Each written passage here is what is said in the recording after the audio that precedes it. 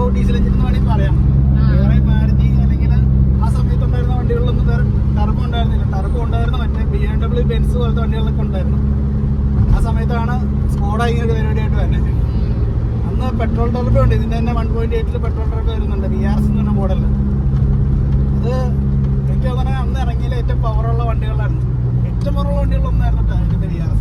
ഇപ്പോഴും ആൾക്കാർ മോഡിഫൈ എടുത്തിട്ട് പണിയുണ്ട്. ഒക്ടാവിയ നിർത്തിയല്ലോ, ഒക്ടാവിയ ഇറങ്ങുന്നുണ്ട്. പക്ഷെ അത് പുതിയതാണ്. ആ പുതിയ വണ്ടിക്ക് സത്യം പറഞ്ഞാൽ ഇത് വെച്ച് കമ്പയർ ചെയ്യുമ്പോഴത്തേക്കും ഒരുപാട് ഫീച്ചേഴ്സ് ഡിഫറൻസ് ഉണ്ട്. പവറും ഉണ്ട്, ഫീച്ചേഴ്സ് ഉണ്ട്, ഒരുപാട്. പിന്നെ വേറെ അത് സത്യം പറയാമോ, ഞാൻ പറയാം, ഈ സെഡാൻ വണ്ടികളുടെ ഒക്കെ ഒരു എന്താണ് വരവ് നിർത്തലാക്കിയെന്ന് പറഞ്ഞാൽ കൂടുതൽ ആളുകൾ ഈ SUV വണ്ടികളുണ്ടല്ലോ അതിലേക്ക് അവര് ശ്രദ്ധ തിരിക്കാനായിട്ട് തുടങ്ങിയപ്പോഴാണ് ആക്ച്വലി സെഡാൻ വണ്ടികൾ എന്ന് പറഞ്ഞാൽ നമ്മുടെ സിവിക്, അതുപോലെ തന്നെ നമ്മുടെ ഫ്ലുവൻസ്, പിന്നെ കൊറോള, അങ്ങനെയുള്ള സെഡാൻ വാഹനങ്ങളൊക്കെ സത്യം പറഞ്ഞു കഴിഞ്ഞാൽ ഒന്നിരുന്നു പോയി, കുറച്ചൊക്കെ നിർത്തി. ഫ്ലുവൻസ് ഒക്കെ ഇപ്പൊ ആക്ച്വലി ഇല്ലല്ലോ, ആ വണ്ടിയൊന്നും ഇല്ലല്ലോ, അങ്ങനെ പഴയ മോഡൽ. ഇപ്പൊ പുതിയതാണല്ലോ കൂടുതൽ ഇറങ്ങുന്നത്. ഇപ്പൊ കൂടുതലാണെങ്കിൽ ആളുകൾ നോക്കുന്നത് SUV വണ്ടികളുമാണ്.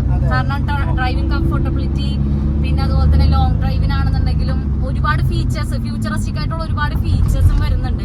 പക്ഷെ ഇതിന്റെ ഒരു മെയിൻ സ്പെഷ്യാലിറ്റി എന്ന് പറഞ്ഞു കഴിഞ്ഞാൽ ഇതിന്റെ ഷേപ്പ്, പിന്നെ സേഫ്റ്റി, അത് വളരെ മുഖ്യമാണ്. യൂസ്ഡ് കാർ മേഖലയിൽ എനിക്ക് കുറച്ചും കൂടെ.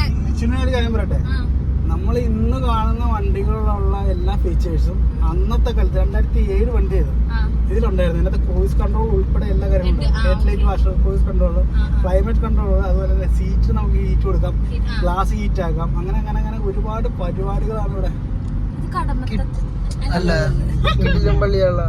അടിപൊളി പള്ളിയില്ലേ, അത് പിന്നെ പോണല്ലോ, അത് നമ്മൾ വന്ന വഴിയാണ്. പുത്തൻകുരിശി അവിടെ മാത്രമല്ല ആൾക്കാരുണ്ട്. ഉദ്ദേശം തള്ളിയതായിരുന്നു. ഇവിടെ എന്തോ പെനാൽറ്റി ഷൂട്ടോട്ടാ അല്ല ഫുട്ബോൾ മാച്ച് നടക്കുന്നുണ്ട്. സെവൻസ് ഇവിടെ ലെവൻസ് കളിക്കാലോ. ഞങ്ങളവിടെ ദിവസം പറമ്പൊന്നും ഇല്ല. ഇപ്പൊ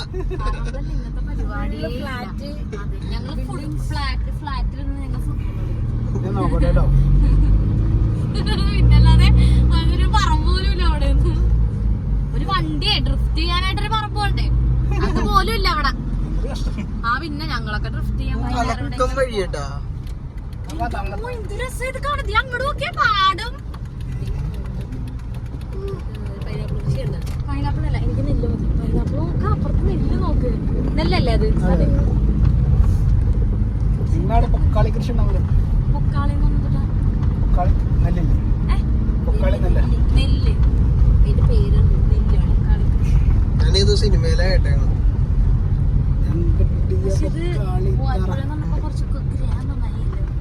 അല്ല, ഇത് നമ്മുടെ നാച്ചുറൽ ആയിട്ടുള്ള ആംബിയൻസ് ഉള്ള ഒരു സ്ഥലമാണ്.